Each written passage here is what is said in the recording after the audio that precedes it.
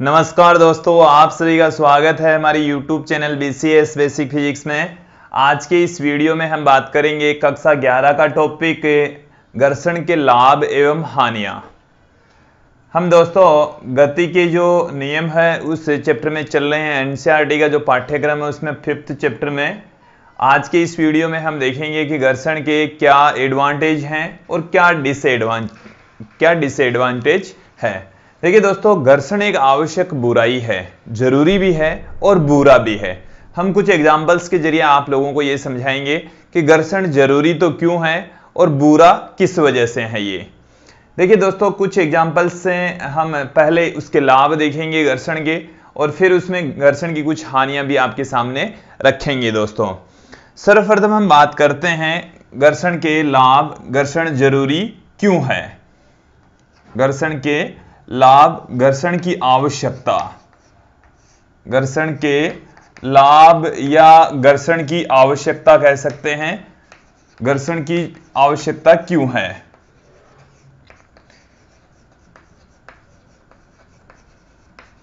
देखिए दोस्तों, घर्षण क्यों जरूरी है उसके पीछे हम कुछ एग्जांपल्स के जरिए समझेंगे कि जैसे चलना, व्यक्ति चलता है या कोई वाहन सड़क पर दौड़ता है तो उनके चलने के लिए जो आवश्यक बल होता है उसको हम घर्षण बल कहते हैं। देखिए हमने तो यही पढ़ा है कि इतनी देर तक यही समझा है, उससे पीछे के जो वीडियो उसमें घर्षण में यही पढ़ा है कि घर्षण बल एक ऐसा बल है जो गति का विरोध करता है। लेकिन ऐसा भी नहीं है दोस्तों कि घर्षण गति प्रारंभ करने के लिए जरूरी है, गति के लिए आवश्यक है। जैसे मैं व्यक्ति के चलने के लिए, व्यक्ति के चलने या हम कह सकते हैं वाहनों के चलने, वाहनों के चलने के लिए घर्षण आवश्यक है।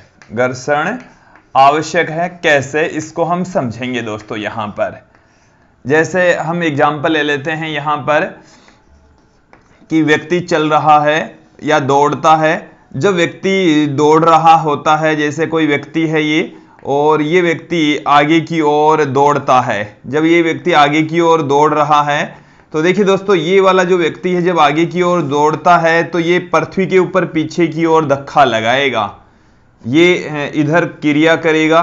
तो ये जो क्रिया पीछे की ओर धक्का लगाता है पृथ्वी के पृष्ठ के ऊपर, तो आगे की ओर इसके ऊपर घर्षण बल काम करेगा, और ये जो घर्षण बल है वही इसको आगे की ओर धक्का देता है, जिसकी वजह से ही ये व्यक्ति दौड़ता है। इसी कारण से ही व्यक्ति का चलना या दौड़ना या वाहनों का चलना संभव हो पाता है। एक बार दोस्तों इसको फिर से समझ लेंगे कि एक्चुअल में इसके ऊपर नीचे की ओर तो बल लगता है गुरुत्वीय बल, और इस व्यक्ति के ऊपर की ओर काम करता है इसका प्रतिक्रिया बल। इसकी तिर्यक दिशा में एक्चुअल में ये एक इधर बल लगाता है और उस बल का एक घटक इधर होता है। तो इस दिशा में एक बल लग रहा है पृथ्वी की क्षैतिज दिशा में इस तरफ, तो ये एक तरीके से हो गई है क्रिया। और हम न्यूटन के तीसरे नियम से इसकी ठीक विपरीत दिशा में, ये व्यक्ति पृथ्वी के ऊपर इधर की ओर धक्का मार रहा है तो पृथ्वी है वो व्यक्ति पर आगे की ओर धक्का मारेगी, जिसको हम प्रतिक्रिया बल कह रहे हैं। और यहां पर जो प्रतिक्रिया बल होता है वो घर्षण के रूप में काम करता है, घर्षण के रूप में कार्य करता है दोस्तों। तो किसी भी व्यक्ति के चलने के लिए, वाहन के दौड़ने के लिए या व्यक्ति के दौड़ने के लिए घर्षण बल आवश्यक है। व्यक्ति पीछे की ओर, पृथ्वी के पृष्ठ पर पीछे की ओर जब धक्का मारेगा तो पृथ्वी के द्वारा आगे की ओर एक बल लगेगा जिसको हम प्रतिक्रिया बल, जो कि यहां पर घर्षण बल के रूप में कार्य करता है दोस्तों। तो व्यक्ति के चलने के लिए, दौड़ने के लिए या वाहनों के चलने या दौड़ने के लिए घर्षण बल की आवश्यकता होती है। मैं यहां पर एक और एग्जांपल आप लोगों को समझाऊंगा कि साइकिल की गति, साइकिल की जो गति है उसमें भी आप लोगों को समझाएंगे कि साइकिल की गति में घर्षण बल किस तरीके से काम करता है दोस्तों। साइकिल की गति के अंदर हम देखेंगे कि जैसे ये हमारे पास में कोई साइकिल है और साइकिल के अंदर हम ये जानते हैं कि जैसे ये हमारे पास में कोई साइकिल है और इस तरीके से यहाँ पर कोई व्यक्ति बैठा है, इसके ऊपर पेडल मार रहा है, पेडल मार रहा है, ये साइकिल है दोस्तों।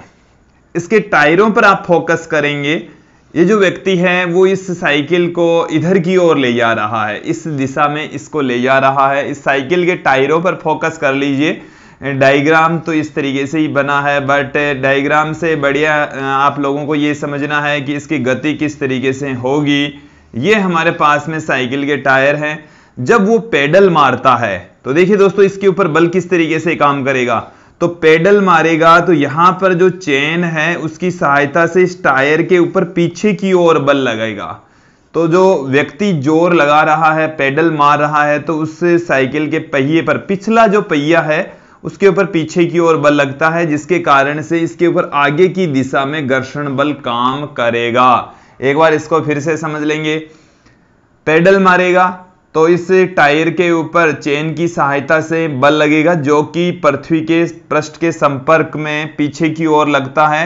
ये एक तरीके से क्रिया होती है यहां पर, और इस क्रिया के तत्पश्चात विपरीत दिशा में न्यूटन के तीसरे नियम की सहायता से प्रतिक्रिया होती है। जो प्रतिक्रिया यहां पर हो रही है दोस्तों वो हो रही है घर्षण बल के रूप में, पहिए के आगे की ओर लगेगी, इस दिशा में ये काम करेगी।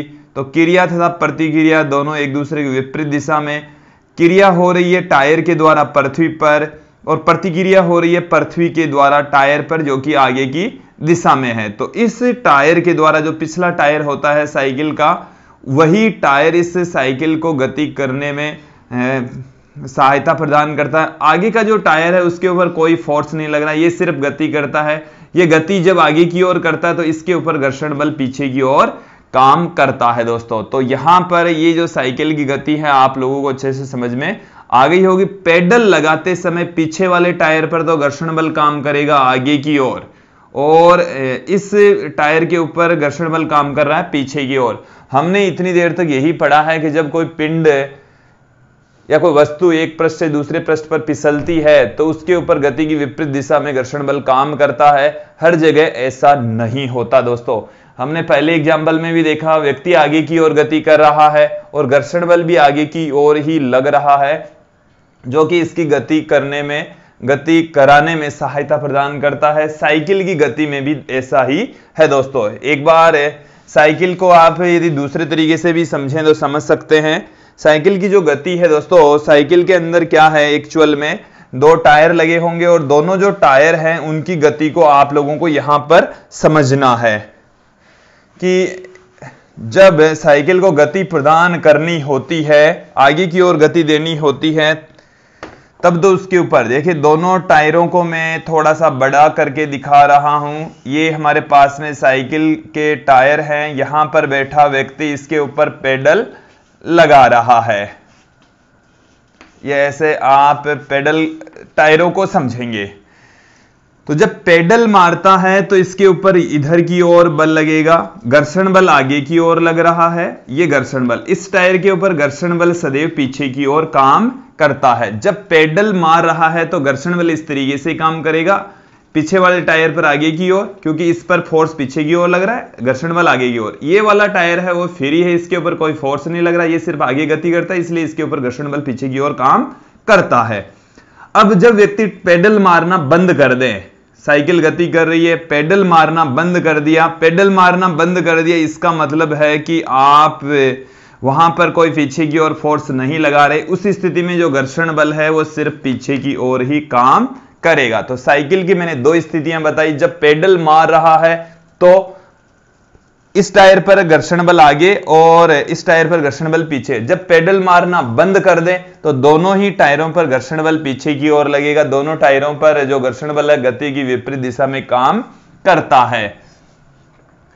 घर्षण जरूरी है, इसकी कंडीशन में हम तीसरी स्थिति ले रहे हैं। देखिए दोस्तों, तीसरी जो स्थिति है वो हमारे पास में क्या है, जैसे ये हमारे पास में कोई कार या ट्रक का हिस्सा है, इस तरीके से हम समझ लें कि ये हमारे पास में कोई कार है,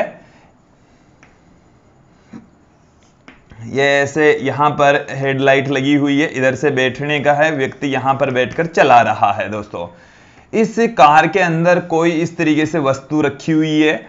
जब ये कार आगे की ओर दौड़ती है, ये जब कार है आगे की ओर दौड़ती है, तो ये जो वस्तु इसके पीछे रखी हुई है, ये कोई ट्रक या कार समझ लीजिए, ट्रॉली समझ लीजिए, तो ये जो वस्तु है इस कार के अंदर तब तक ही टिकी रहेगी जब इसका जो एक्सेलरेशन है, इसके ऊपर देखिए दोस्तों एक आभासी बल भी काम करेगा, एक घर्षण बल भी काम करता है। दोस्तों तो ये जो पिंड है वो इसके घर्षण, ये पीछे की ओर गति करने के लिए बाध्य होती है, जबकि इस पर घर्षण बल काम करेगा।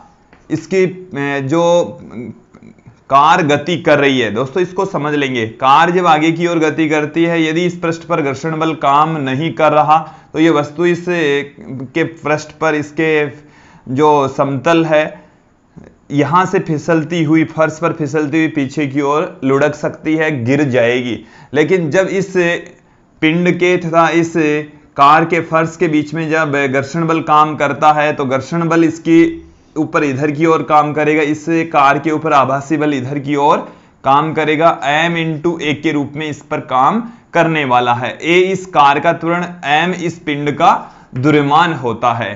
तो जब m a का मान बड़ा हो जाता है ऐप से, m a का मान बड़ा हो जाता है ऐप से, तो ये पीछे की ओर लुढ़कना प्रारंभ कर देगा और तब तक ही ये स्थिर रहती है जब तक F बड़ा हो। घर्षण बल जब तक बड़ा होता है M A से, तब तक तो ये स्थिर अवस्था में पड़ी रहेगी इस ट्रॉली में, और जब M A बड़ा हो जाएगा F से, तो ये जो वस्तु है वो पीछे की ओर लुढ़कती हुई इसमें से नीचे गिर जाएगी।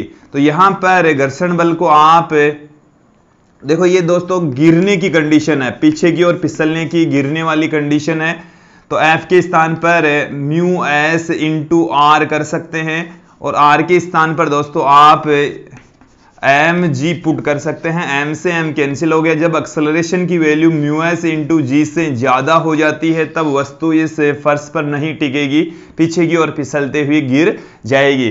तो दोस्तों इसलिए हमारे को घर्षण की आवश्यकता होती है। और आपने ट्रॉली में ट्रक का जो पीछे का हिस्सा होता है उसमें फर्श पर देखा होगा कि उबड़ खाबड़ वाली स्थिति होती है, ताकि उसमें जो भी सामान भरे वो पीछे की ओर फिसले नहीं, घर्षण बल अधिकतम कार्य करे। दोस्तों तो ये हमारे लिए जरूरी है, घर्षण अति आवश्यक है। मैंने कुछ हाई लेवल के एग्जाम्पल आपको समझाएं, कुछ हमारे दैनिक जीवन के अंदर जो काम में आने वाले एग्जाम्पल्स हैं कि घर्षण क्यों जरूरी है, क्यों आवश्यक है। उसके लिए कुछ है, जैसे मैं यहां पर बोर्ड पर चौक चला रहा हूं, तो बोर्ड पर लिखने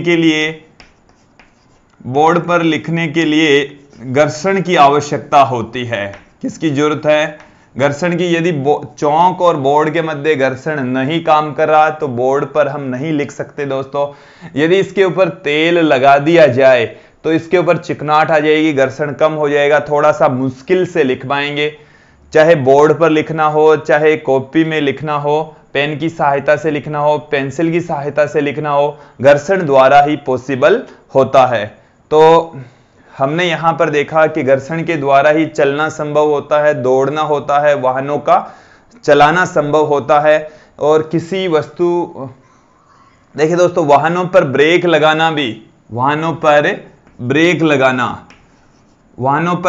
भी तभी पॉसिबल है जब घर्षण बल काम करता है।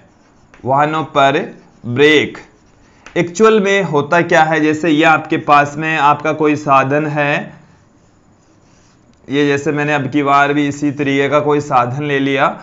एक्चुअल में जब ब्रेक लगाना होता है, जब भी इसके ऊपर ब्रेक लगाएंगे आप, जो यहां पर टायर होते हैं वो लौटनी गति करते हैं। ब्रेक लगा देंगे तो ये लौटनी गति करना बंद कर देंगे।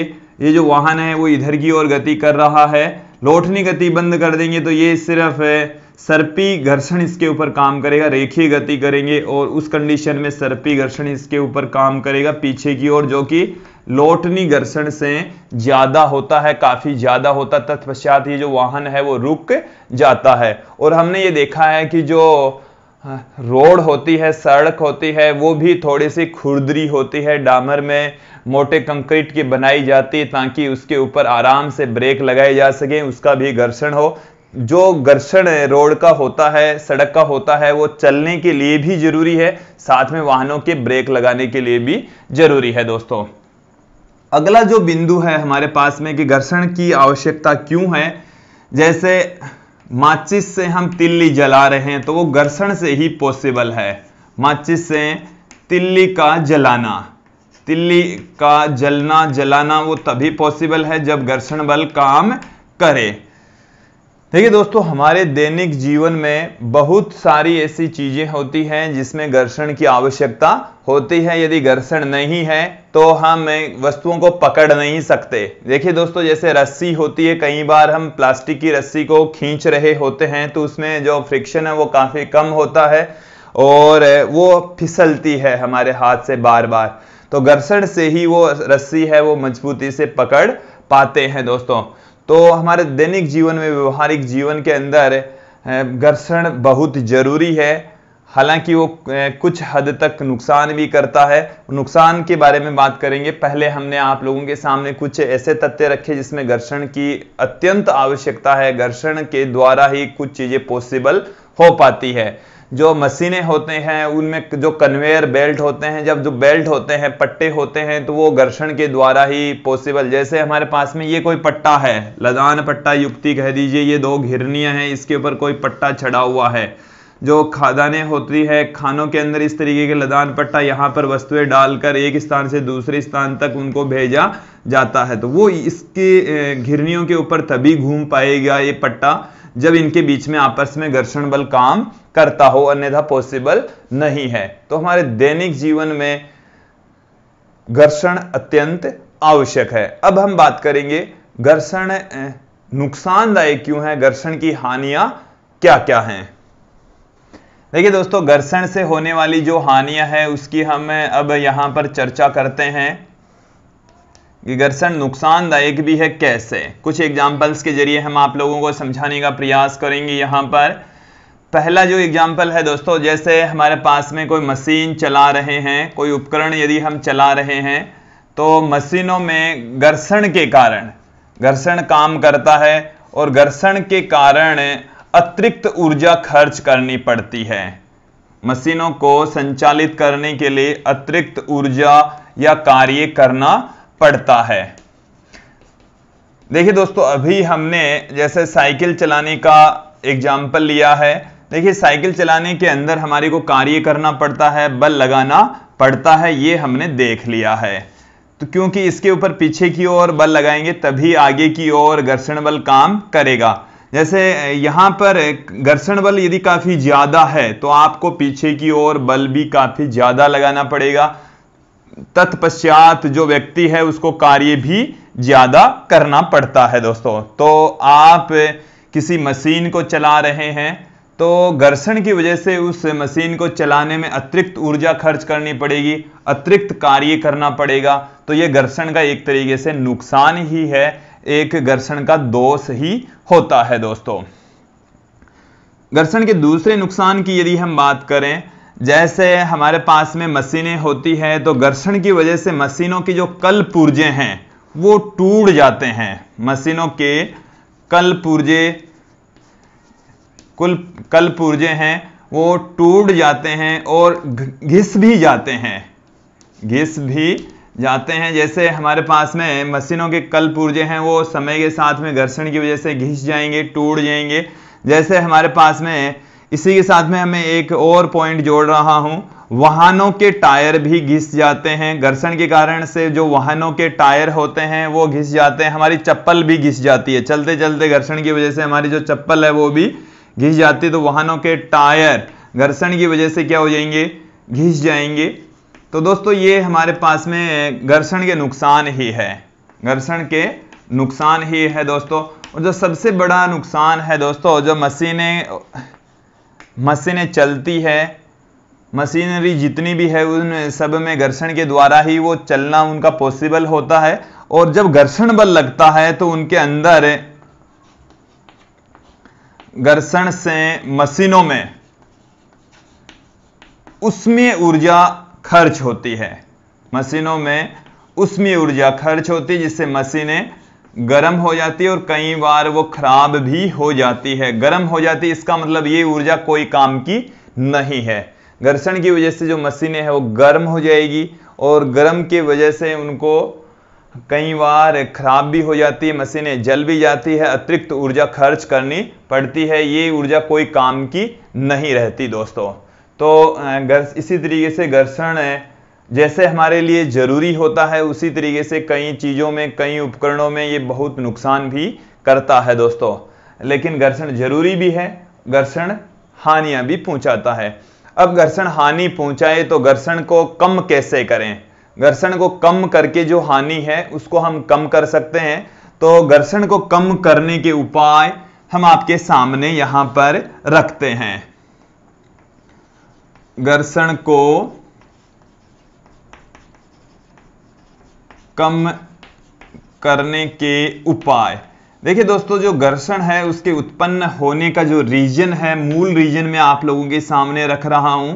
जैसे ये हमारे पास में कोई समतल पृष्ठ है, इसके ऊपर ये जो वस्तु है वो फिसल आगे की ओर गति कर रही है, तो इस पर घर्षण बल पीछे की ओर काम करता है। एक्चुअल में यदि मैं इस स्थिति को थोड़ा सा बड़ा करके देखेंगे तो आप पाएंगे कि जो आप लोगों को समतल पृष्ठ दिखाई दे रहा था वो एक्चुअल में इस तरीके से होता है। इस तरीके से पृष्ठ होगा, उबड़ खाबड़ पृष्ठ होगा। यदि इसको हम थोड़ा सा जूम करके देखें, बड़ा करके देखें, तो जो समतल पृष्ठ है वो इस तरीके से होता है। उसमें ऊपर एकदम समतल पॉसिबल नहीं है, ऊपर नीचे अवश्य ही होगा। अब जो हमने वस्तु आप लोगों के सामने रखी, तो उस वस्तु का जो पृष्ठ है वो भी इसी तरीके से ही होगा दोस्तों। ये हमारे पास में जो वस्तु है, ये वस्तु हमने इसको थोड़ा सा बड़ा करके दिखाया, नीचे वाले पृष्ठ को भी थोड़ा सा बड़ा करके दिखाया, तो दोनों के पृष्ठ इस तरीके से होते हैं। और जब ये वस्तु इस नीचे वाला जो समतल पृष्ठ है इसके ऊपर फिसलती है तो दोस्तों यहां पर ये उबड़ खाबड़ जो पृष्ठ होते हैं, इनके जो दोनों के पृष्ठ होते हैं, इनके मध्य बल काम करेगा, विद्युत बल काम करेगा, जो घर्षण बल के रूप में यहां पर हम परिभाषित करते हैं, जो कि गति का विरोध करते हैं। तो यदि उबड़ खाबड़ वाला जो हिस्सा है वो यदि समतल हो जाए, किसी न किसी तरीके से समतल हो जाए, तो इन पृष्ठों के मध्य जो घर्षण बल है वो पहले की तुलना में कम काम करेगा। तो देखिए दोस्तों, यहां पर घर्षण को कम करने के लिए जो उबड़ खाबड़ पृष्ठ है, एक तो इसको कम कर देते हैं। इसको कम करने के लिए यहां पर कुछ ऐसा मैटर भरेंगे जिसकी सहायता से ये जो पृष्ठ है वो पहले की तुलना में ज्यादा समतल हो जाएगा। और देखिए दोस्तों, घर्षण को कम करने का जो पहला तरीका है वो है स्नेहक द्वारा कुछ ऐसे तेलों का, पदार्थों का उपयोग किया जाता है जो समतल पृष्ठ के उबड़ खाबड़ वाला पृष्ठ है उसको और सपाट कर देता है और समतल कर देता है। तत्पश्चात जो घर्षण बल है वो कम हो जाता है। देखिए दोस्तों, स्नेहक के रूप में हम तेल का प्रयोग करते हैं। मशीनों के अंदर तेल डालकर घर्षण को कम कर सकते हैं। कई मशीनों के अंदर हम ग्रीस का भी प्रयोग करते हैं, घी का भी प्रयोग करते हैं। कैरम बोर्ड के ऊपर हम पाउडर का प्रयोग करते हैं। कैरम बोर्ड खेलते समय जो गोटियां होती है दोस्तों, पृष्ठ और गोटियों के बीच में घर्षण बल कम से कम लगे, तो टेल्कम पाउडर उसके ऊपर डाल देते हैं ताकि जो पृष्ठ है वो उबड़ खाबड़ वाला हिस्सा होता है वो भर जाए, तथा जो कैरम बोर्ड और गोटियों के बीच में जो घर्षण बल है वो कम से कम काम करें। तो देखिए दोस्तों, एक्चुअल में तेल, घी, ग्रीस और जितने पाउडर और जो क्रीम वगैरह होती है वो उबड़ खाबड़ पृष्ठ को भरने का कार्य करती है, जिससे वो एकदम ज्यादा सपाट बन जाता है, ज्यादा सपाट दिखाई पड़ता है दोस्तों।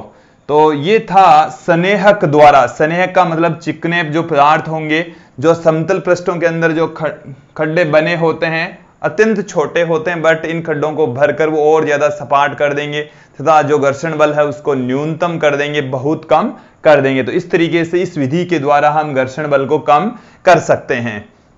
दूसरा तरीका क्या है कि जो वस्तुएं हैं उसमें लोटनिक रूप देकर, लोटनी या बेलनी का प्रयोग करके, लोटनी या बेलन का प्रयोग करके देखिए दोस्तों, जैसे हमारे पास में कोई बड़ा सा पत्थर है या पिंड कह दीजिए, एक इस पिंड को हम यदि यहां से धक्का मारकर, इस पिंड को धक्का मारकर आगे खिसका रहे हैं तो इसको खिसकाना थोड़ा सा मुश्किल काम होता है दोस्तों। और यदि यहां पर इस पिंड को, यदि यहां पर इस पिंड के नीचे यहां पर हम कोई बेलन लगा दें तो इसको थोड़ा धक्का मारना पहले की तुलना में आसान हो जाएगा, क्योंकि इस कंडीशन में जो घर्षण बल काम करेगा वो लोटनी घर्षण होगा। और यदि यहां पर बेलन नहीं लगाते तो जब घर्षण बल काम करता है वो सर्पी घर्षण होता है, और जो लोटनी घर्षण होता है वो सर्पी घर्षण की तुलना में बहुत कम होता है।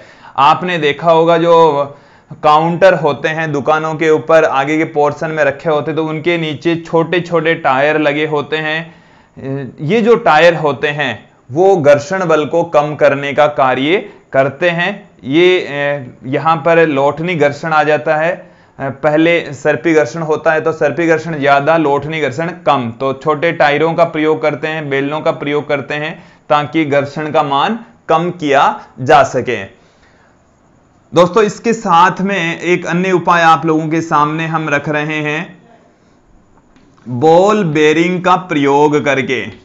बेरिंग बोलते हैं जिसे हम, बॉल बेरिंग के अंदर भी एक तरीके से लोटनी ही काम करती है। एक इस तरीके का हिस्सा होगा और इसमें इस तरीके की एक छोटी बॉल होगी, और इस छोटी बॉल के चारों ओर अन्य छोटी बॉलें रखकर बहुत सारे बेलनों जैसा निर्माण कर लेते हैं। और यहाँ पर जो घर्षण बल काम करेगा वो न्यूनतम बहुत कम काम करेगा। इस तरीके से ये हमारे पास में एक बॉल बेरिंग है, इसको आप समझ लेंगे। ये यहाँ पर छोटी छोटी गोलियां होती है दोस्तों, ये एक छोटी सी गोली होती है इस स्थान के ऊपर, इस स्थान पर भी एक छोटी सी गोली है। छोटी छोटी गोलियां आपस में दो पृष्ठों के बीच में भर दी जाती है ताकि इनके मध्य जो घर्षण बल है वो न्यूनतम हो सके, कम से कम हो सके। तो इस पृष्ठ तथा इस पृष्ठ के मध्य जो घर्षण बल है उसको कम करने के लिए इनके बीच में छोटी छोटी गोलियां भर देते हैं, बॉल भर देते हैं। इस पूरी व्यवस्था को बॉल बेरिंग कहा जाता है, जो कि सर्पी घर्षण से लोटनी घर्षण में कन्वर्ट हो जाता है।